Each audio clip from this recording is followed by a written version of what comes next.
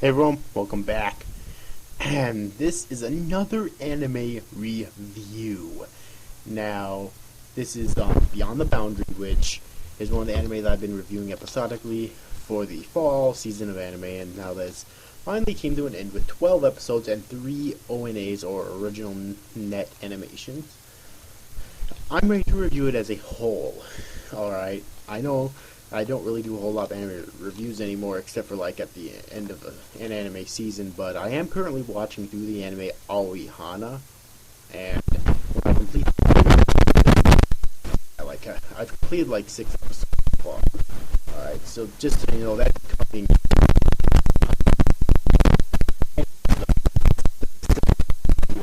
first, directed by Taichi Ishidate and written by Juki Hanada, and the music's by Hikaru Nanase, and it's by Studio Kyoto Animation. And it originally ran from October 2nd, 2013 to December 18th, 2013, with a total of 12 episodes. And now about Kyoto Animation, I mean, I am a really big fan of theirs, although they do have their shit, like fucking K-On! And shit, Moe shit like that. They have the great and this. Yes, I thought this was a great anime. It had its flaws, but I thought it was a great anime though. And also, you know, obviously, Angel Beats, I'm pretty sure was Kyoto Annie, I think. And Clannad and Canon 2006 and Air. 6 great shows by Kyoto Animation. Anyways though, also a light novel series written by Tori and illustrated by Tomoyo Kamoi,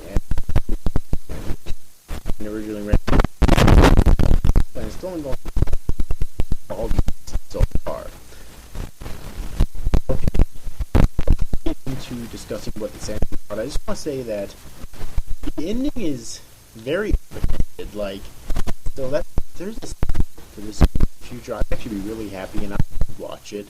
I don't think it absolutely needs it, though. It's one of those open-ended kind of endings in an anime where it'd be nice if there is a sequel, and I'll definitely watch it if it comes out.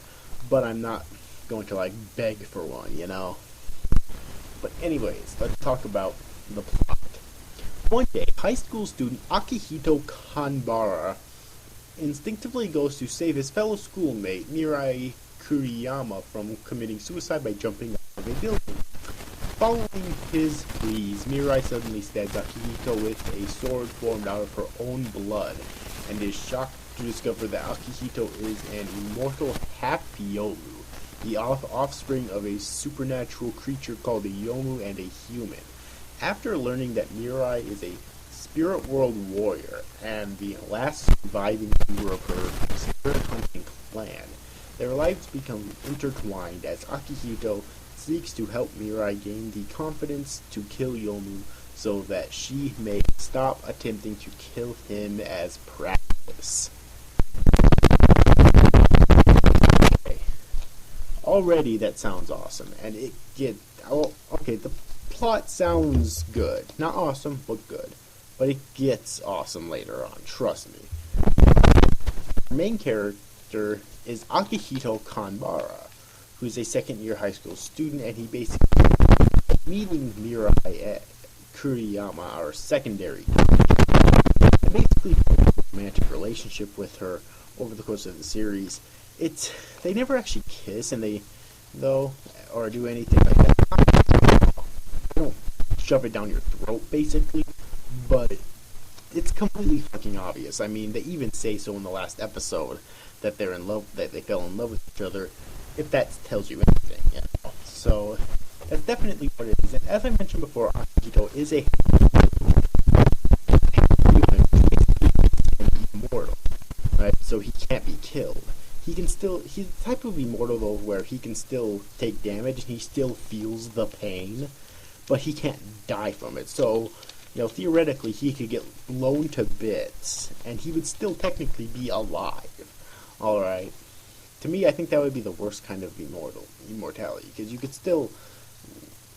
again, you know, obviously you'd still be alive, but the pain would be real. So yeah, but overall, he wasn't an incredibly original character, I don't think, in terms of personality, but I don't really judge that, or like originality. So I think he was a very likable character and got needed development over the course of the series.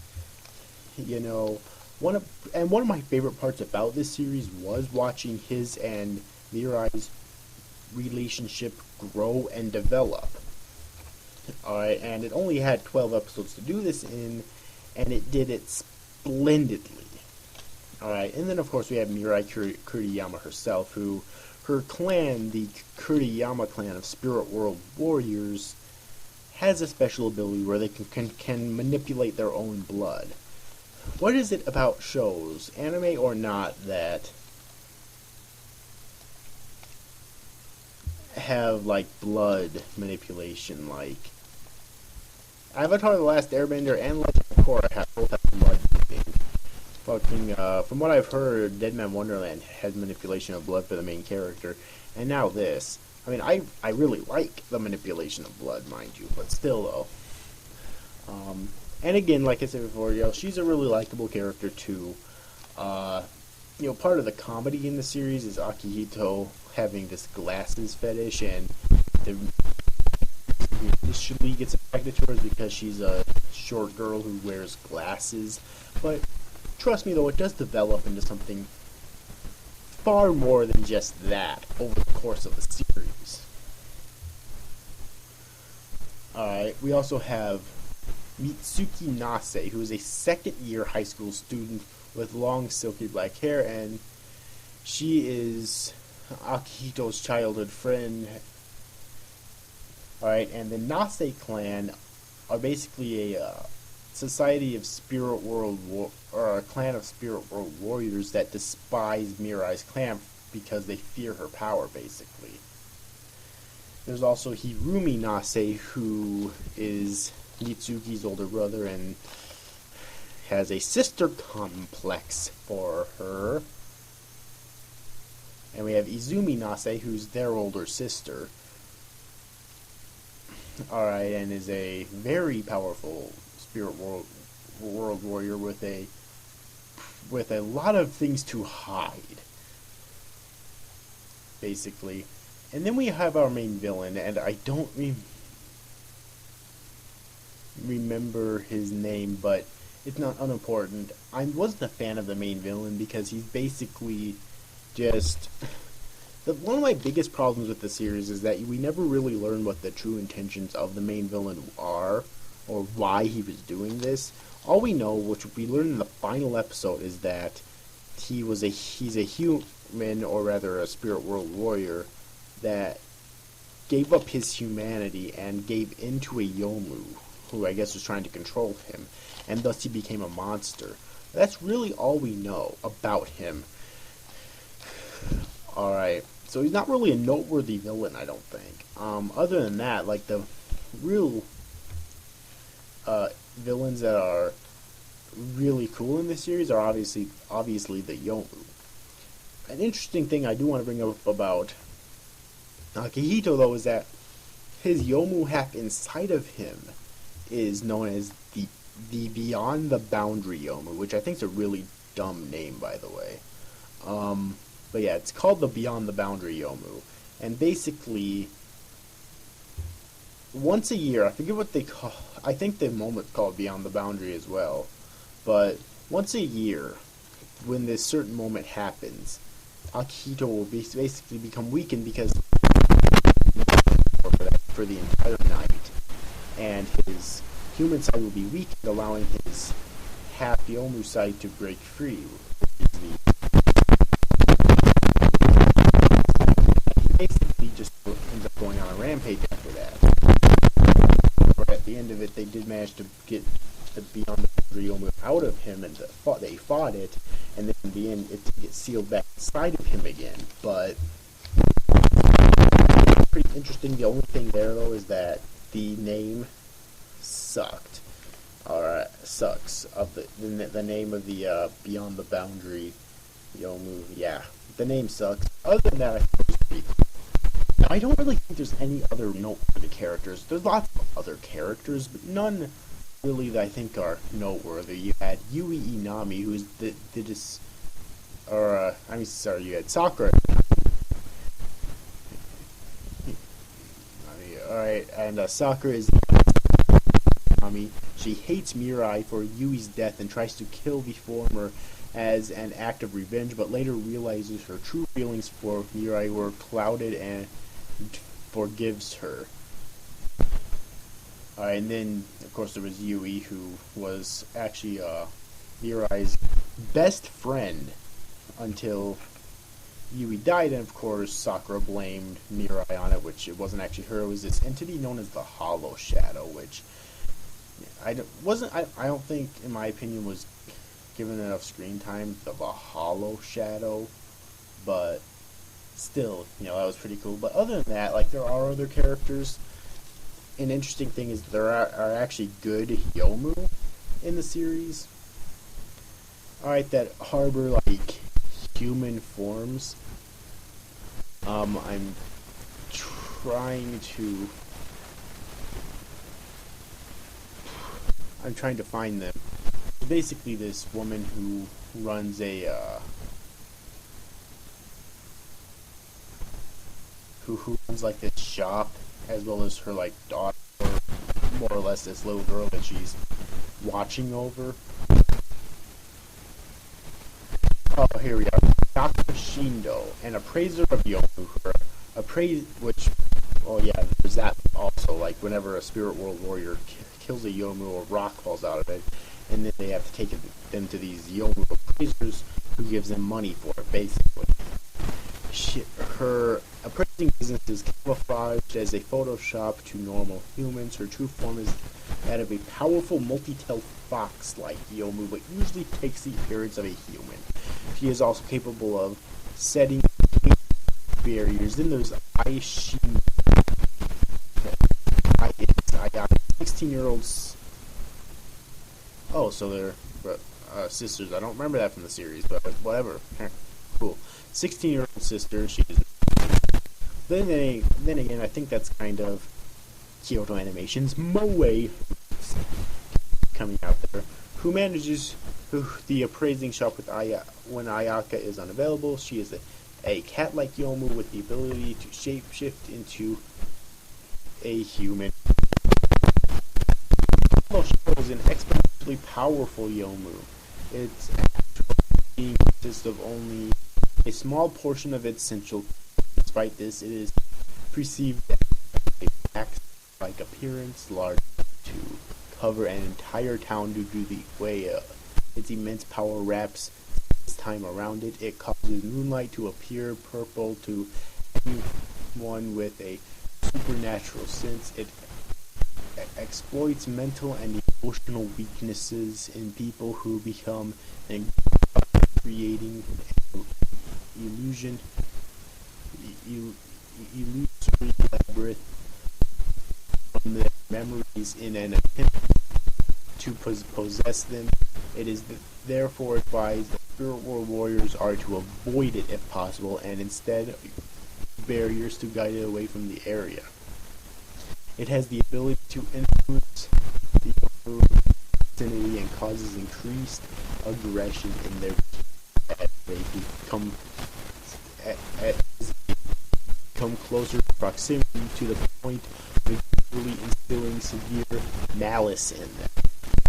Following its appearance, it is easily killed by A-level spirit boundary, which I already talked about. And yeah, and that's pretty much all the noteworthy characters. That's pretty much all I feel like mentioning in this review now.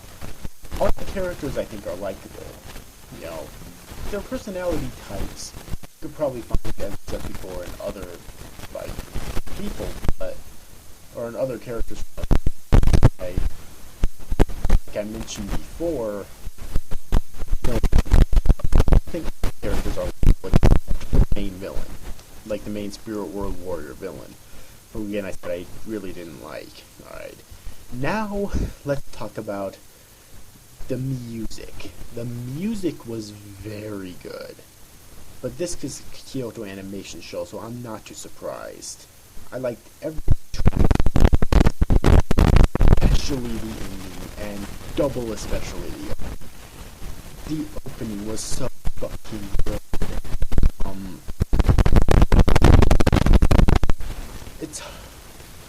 It's hard to describe. You pretty much just have to go and watch it yourself in order to really know what I mean. But the opening was so catchy. It was so good, and since this is a Kyoto Animation show, I'm not too surprised. Now let's talk about the animation. Okay, I'm gonna be frank with you here. The animation is perfect. Like, enough said. Alright, the animation is on such a high fucking level that it's like some of the best I've ever fucking seen. And the art as well, I really did enjoy the character designs of the series. And the other art as well. So, yeah, I just want to out way there.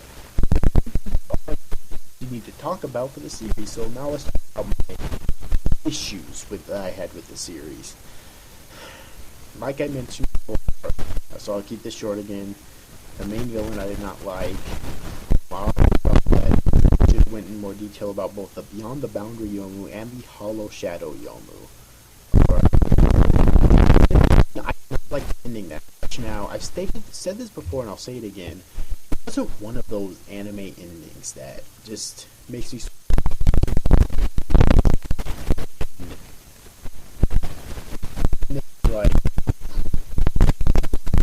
basically like watch the rest of the series, the previous 11 episodes, and completely fucking worthless, or pointless rather, because I didn't feel that.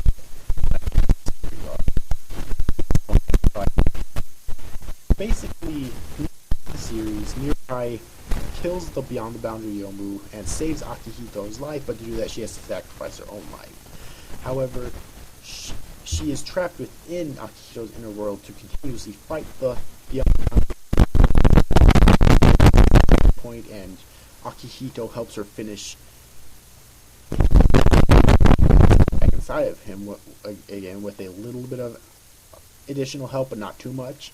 Alright, and then Mirai disappears again because the real Mirai had already died before. This was, I forget how to explain that. This was like a clone, I think, or I don't know. It's confusing, but basically the real Mirai had already disappeared before. Right. And the final scene of the fucking series showed Mirai showing up again, reuniting with Akihito, and it was like, what the fuck was that? Like, are you kidding me? So that's actually my problem with the series. Was a huge what the fuck moment right there. Alright.